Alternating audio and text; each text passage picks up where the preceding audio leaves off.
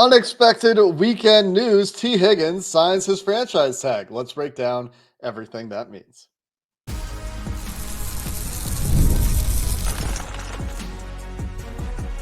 You are Locked On Bengals, your daily Cincinnati Bengals podcast. Part of the Locked On Podcast Network, your team every day. What up, Bengals fans, and welcome to another episode of the Locked On Bengals podcast. Happy Father's Day to all the fathers out there. Depending on when you're listening to this episode, might even be Father's Day as you're listening. And, well, if that's the case, Tee Higgins has a present for you. I'm Jake Lisco. He's James Rapine. We are the Locked On Bengals podcast here on the Locked On Podcast Network. You can find us on YouTube, everywhere you get your podcast, covering your team every day. And today's episode is sponsored by FanDuel. Right now, you can get $200 in bonus bets with any winning $5 bet. Visit FanDuel.com/locked-on to get started today. We're going to talk about Tee Higgins signing his franchise tag early, the surprise that was over the weekend, why it was a surprise, what it means for the Bengals season. Ted Karras also doing a one-year extension after our most recent episode, after minicamp wrapped up. And that's going to be the focus for today's show. If you're new to the show, you probably haven't necessarily heard us talk about our Locked On Bengals Insider subscription. That's available to you over at joinsubtext.com/LockedOnBengals. And what this is a text subscription where we will text you updates about the Bengals. In season, we'll text you analysis. And at this time of the year, in the off season, it's a good time to get off of social media. This is my pitch for it right now. We will get you those updates texted directly to your phone instead of you having to check Twitter. That's the big upside for the subtext right now. During free agency, it's awesome because we will get you the things that we're hearing during free agency a little bit sooner sometimes than it's published on social media before some things are reported, but we can't always do that. We can't, risk sources and that sort of thing. But at this time of year when the news is slow and you don't want to check social media, well, good time to get in the subtext group, the insider group. Join subtext.com/LockedOnBengals to check that out. You get a 14-day free trial too. Not that there's a ton going on at this time of year, but if you want to try it, now's a good time to do that. Yeah, it is a good time to do it because you never know when news is going to break. And Saturday, Jake, the news of Tee Higgins broke. He signed his franchise tender, and I didn't have this one on our bingo card. Certainly not something that I thought would happen now. And I think that's the main takeaway is the when, not if. I don't think there was ever an if in question. You and I have both been pretty clear about our thoughts about Tee Higgins, what would happen, that he would be a Bengal, that he would not get traded even when he had that trade request out there. And, he didn't get traded. And he signed his franchise tender and is going to make $21.8 million unless he signs an extension with the Bengals. They have until July 15th for that. And we can get into that part of it. But before we do, at least let's talk about what this means for the team, what this means for T. And it means the first thing is there's going to be a little less drama this training camp. There's going to be a little less chirping over the next month. And that chirping doesn't necessarily mean that it would have been T chirping, but just rumors, discussion, all of those things. It kind of comes to an end here. Adam Schefter tweets that are very clearly angled from the agent's perspective. Hey man, Mulligetta has his peeps for sure, right? And that's probably in this day and age, that's just the mark of a good agent. You got to have your peeps, right? So, yeah, I think all in all, this is good news for everyone, and it's just like it was really inconvenient for me. I'm not gonna lie. I came home, scrambled, wrote the article in my car on my hotspot, like inconvenient, but I'm like, this is nicer than speculating about T and when he's going to show up for camp and what day he's going to show up. We know when he's going to show up, and that's great news. Yeah, the implication of signing the franchise tag today, the most obvious implication is that he will be there for all of training camp. If he did not want to attend all of training camp, he would have just waited, like Jesse Bates did, to sign the franchise tag until he was ready to show up in practice. By signing the franchise tag today, if he doesn't show up to training camp, he's now subject to fines. So literally no reason to sign the franchise tag today if he didn't intend on being there for all of training camp. That is unexpected.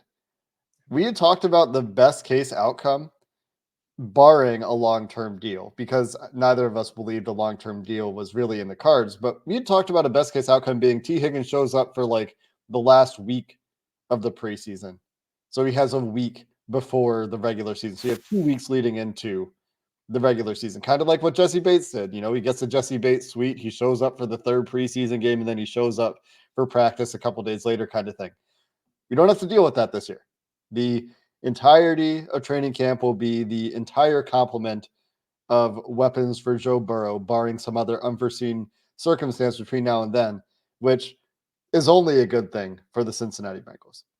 Yep, it is. It's the other element of it that we can get into is this offense, how it impacts this offense, all of those things, how it impacts the young wide receivers. I mean, there's levels to it, but I didn't think this would happen. I thought Jesse showed up earlier than I anticipated then, because you don't need to be at camp.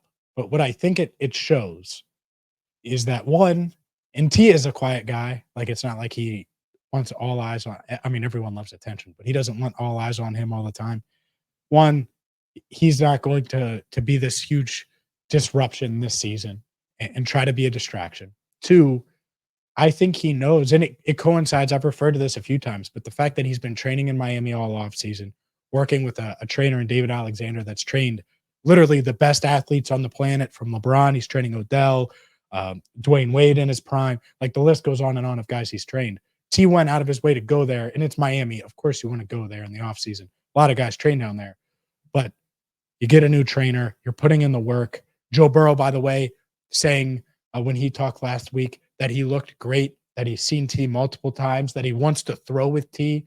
I think that's the other element here, is how welcoming this locker room is to guys that are dealing with the business side.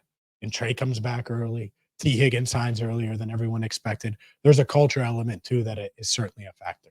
Yeah, this is the second player who's had some sort of contract unrest, let's say, between Trey Henderson and Tee Higgins this offseason that has returned earlier than expected. Like, Trey was back for voluntary work after the trade request and all of the drama that ensued, and pretty quickly that got put to bed and he was back with the team. Tee Higgins missed everything in the offseason program, but getting him for the entirety of training camp, like I said, good for the player, good for the team, and speaks to the person that T is as well. We'll continue that conversation as the character of Tee Higgins, the impact on the team, the impact on other players on the team, coming up next. Today's show is brought to you by FanDuel. Summertime means baseball, the NBA Finals, and more, and you can bet it all on FanDuel. NBA Finals Game 5. Luka and the Mavs forced a Game 5. It's in Boston. The Boston Celtics are 6.5-point favorites.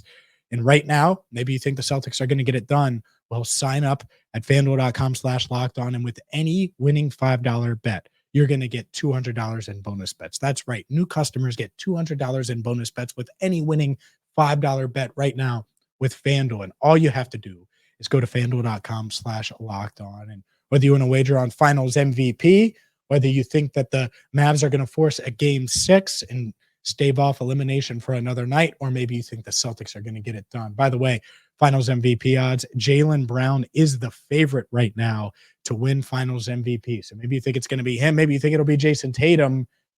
Regardless, get to FanDuel.com/lockedon, where you get $200 in bonus bets with any winning $5 bet. FanDuel, America's #1 sportsbook.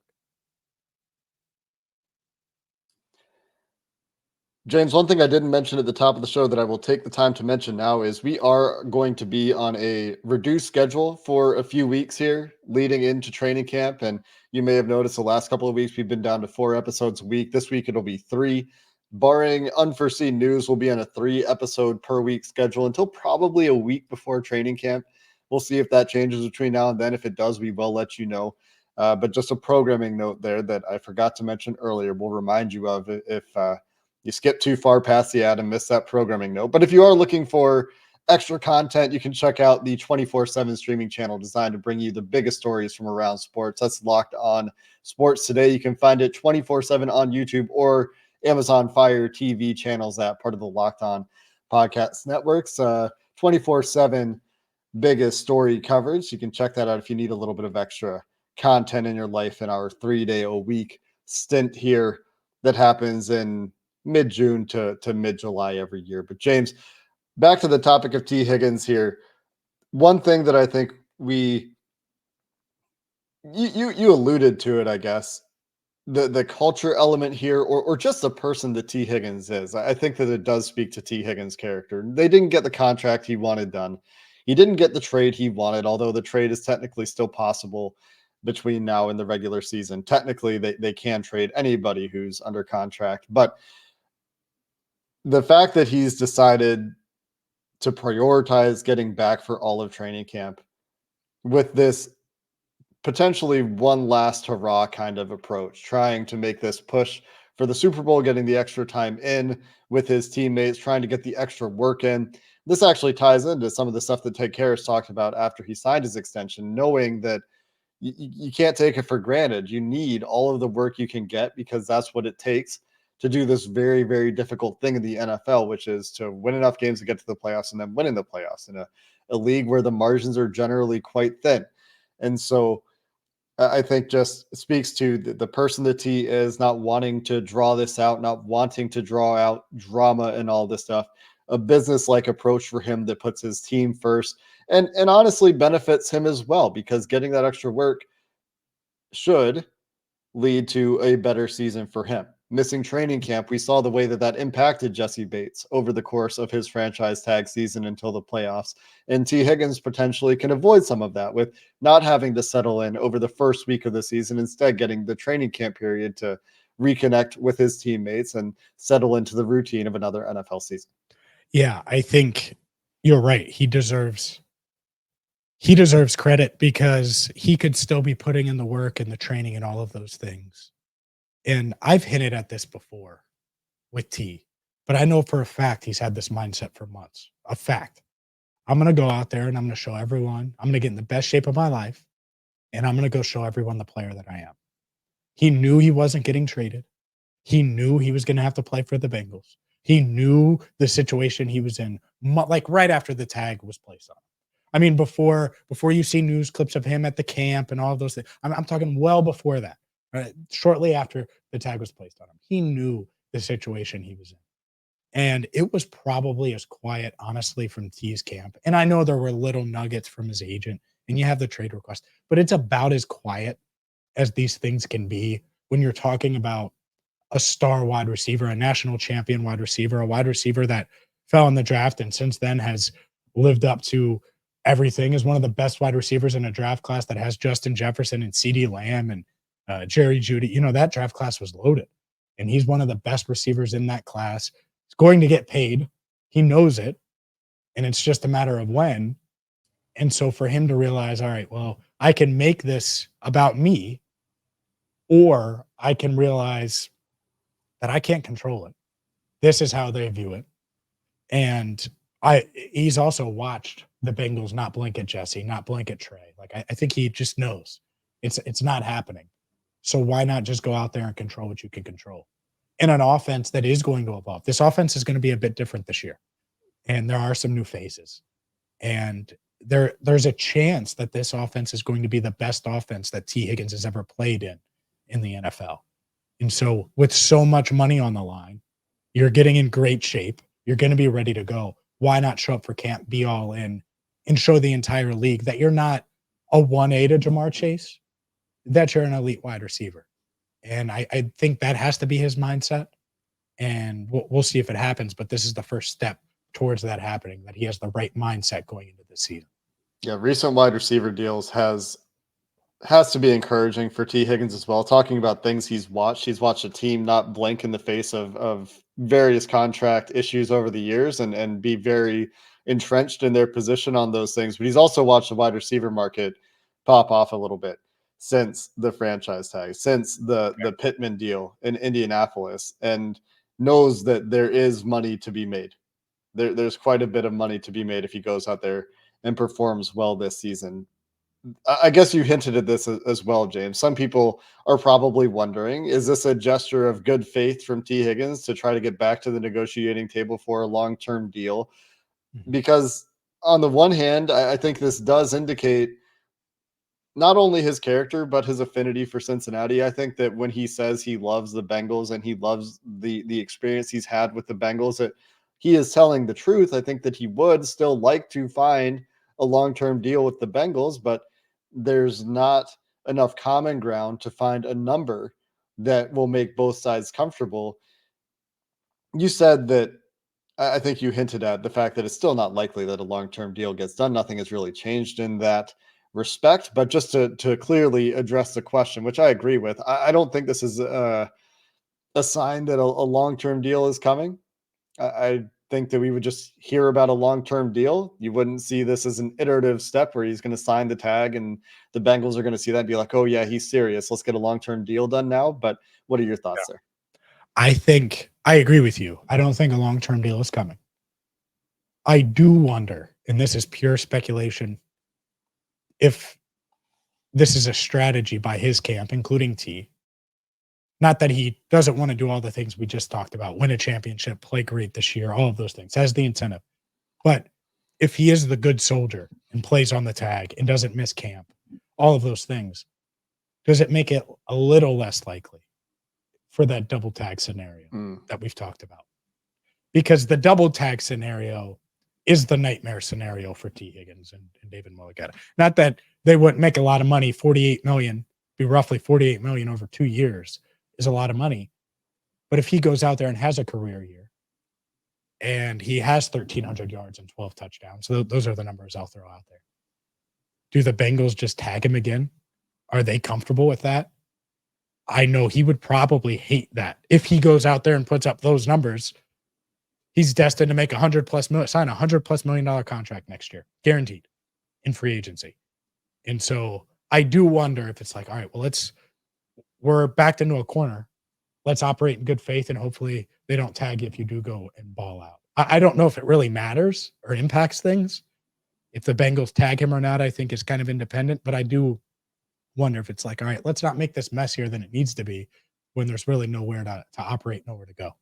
And that second franchise tag year just gets more attractive the more time goes on to the Bengals. When you look at the receiver market in general, maybe Andre Yosevich has taken a massive step and has made it such that the Bengals don't feel like they have to spend the money there. But when you look at where the Bengals have to spend money next year, like I said, that franchise tag in a second year, I would think is pretty attractive to the team, but would be extremely frustrating, I think, for Tee Higgins, the only franchise tag player this year that doesn't have a long-term deal done yet, or potentially at all, to face that for a second consecutive year. The Bengals have a particular way of using the franchise tag, and it is a bit different from the rest of the league. I think a lot of the rest of the league does a better job of getting long-term deals done after the franchise tag than the Cincinnati Bengals do, which, well, he's the only one that hasn't got this year. Yeah. I'm saying generally, because Sure. Jesse Bates was the same deal. AJ Green, right? Same deal. Well, what, as far as AJ Green was about age. You know, that one's a bit different. Like with T and Jesse, it's young ascending players. Yeah. Just thinking about like the history of 1 year franchise tags, and that was the last we saw of Bengals. Sure. And, players in stripes after the franchise tag. But anyway, Ted Karras also signed an extension. It's a bit of an interesting move there. The Bengals center now under contract for an extra year, the 1 year extension out there. Let's discuss that extension to finish up the show coming up next.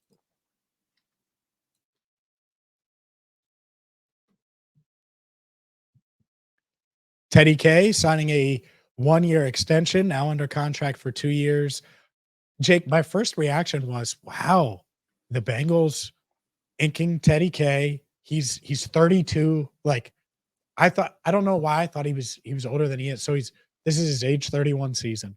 And then they're signing him for his age 32 season. That is old for them, for sure. I do know that he was hoping for 2 years. The Bengals were willing to give him one. You take the one. He's basically playing on a 2-year, I think it's like $12.8 million deal. And I think it makes a lot of sense. What was your reaction to Ted Karras, especially when the numbers came out and him signing a 1-year deal? Yeah, unsurprising. I think it's in line with what he's making in the last year of his deal. It's roughly the same amount of money. He was scheduled to make $6.4 million in 2024, including per game active bonuses and a workout bonus that he's already earned. So assuming that he wasn't going to miss time this year, he was already going to make 6.4 this year. They tack on another year at roughly the same number. More or less accounts for inflation, more or less in line with the 6 million per year the Bengals allocated for Ted Karras when they signed him for the 2022 season. It provides stability at that spot. That's a player that Joe Burrow really likes as his center. And while he's not necessarily like the best center in the NFL or anything like that, he is a very stable force for this offensive line who's performed admirably, has played up to his contract, in my opinion, and is something that they've needed. And I think that the biggest factor here for Ted Karras is the locker room presence and the leadership quality there. He emerged in that role in a bigger than expected way. I think when they signed him to the contract, and pretty quickly after you get to know him, you could see him growing into that role, and he did very quickly. But that is something of value for this team.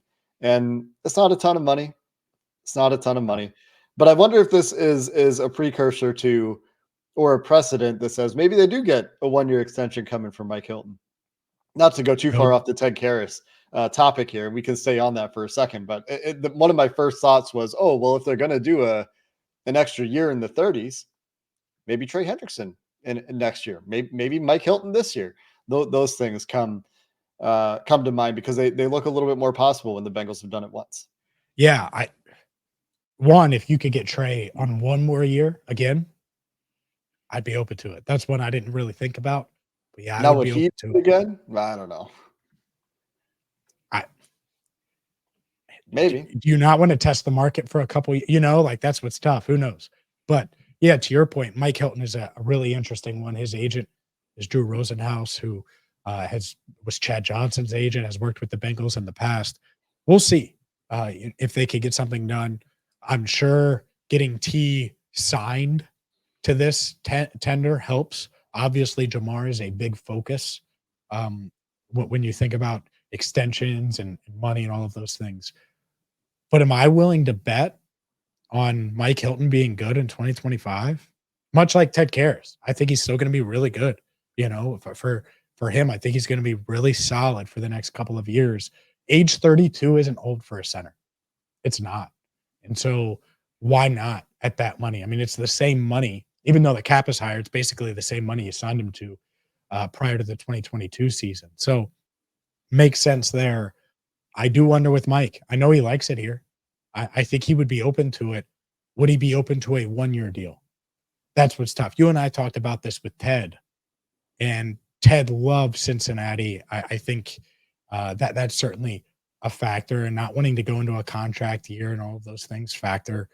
Would Mike be willing to do the same? Where he signed, what did he sign, a 4-year, $28 million deal prior to the 2021 season?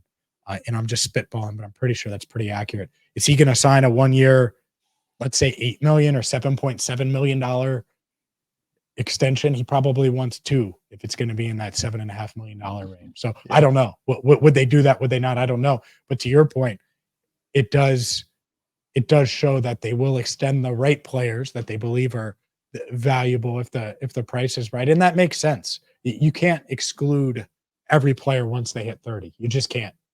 And that's going to change and continue to change as the roster gets older.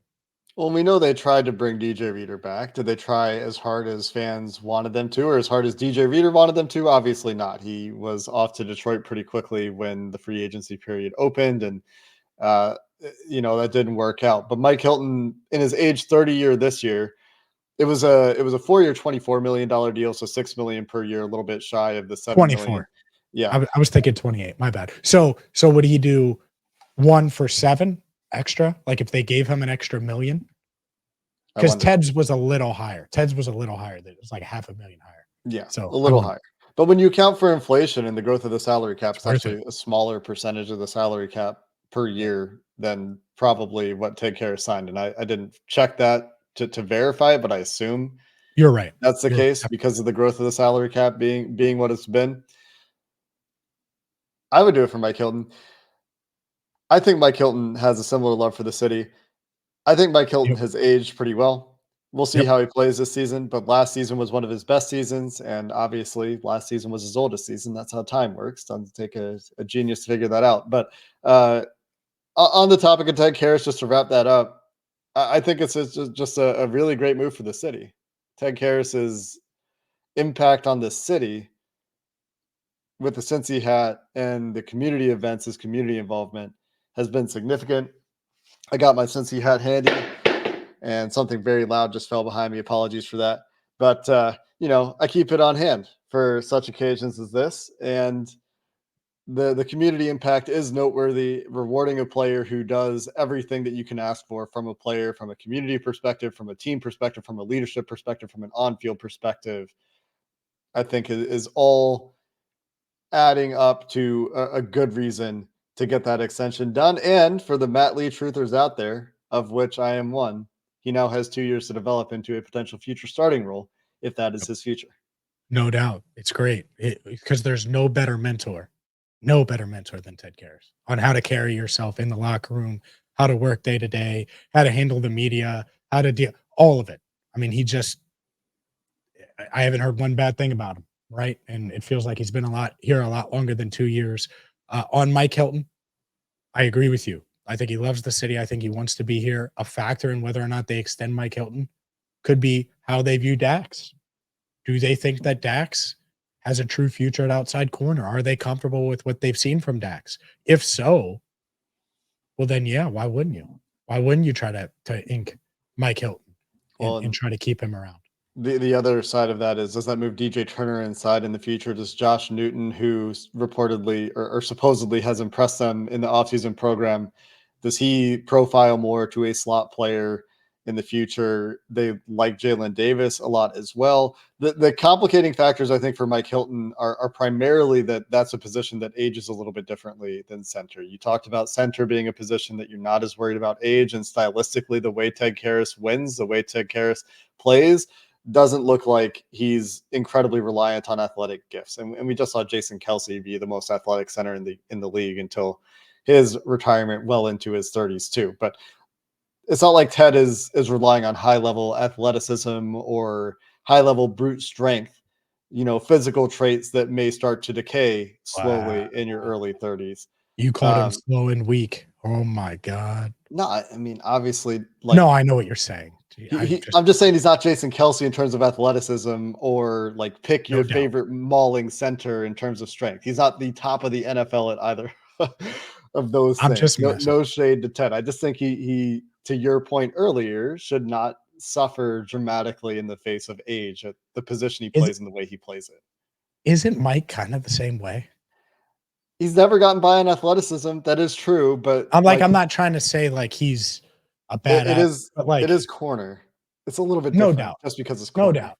But to me, you need a third outside corner anyway. So if DJ Turner is that, or if Dax is that, whatever.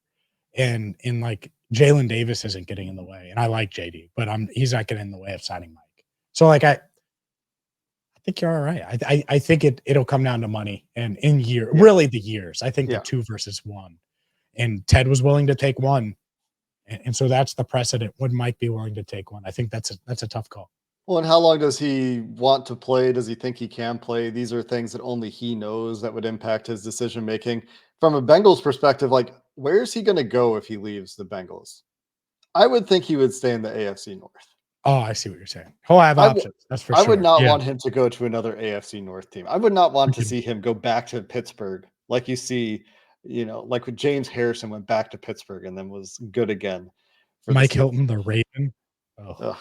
No, thank you. How many former that's the way the AFC North works. They poach each other's players quite frequently, and we've seen these players go to other teams. Kevin Zeitler, most recently in the AFC North, and be good for those teams. So, Not something I'm interested in, but probably something we don't need to tackle right away because we do have Mike Hilton under contract for at least one more year with the Bengals. That's going to do it for this episode of the Locked On Bengals podcast. Until next time, which will be in a couple of days, thanks for listening. Hoo day, and have a good one.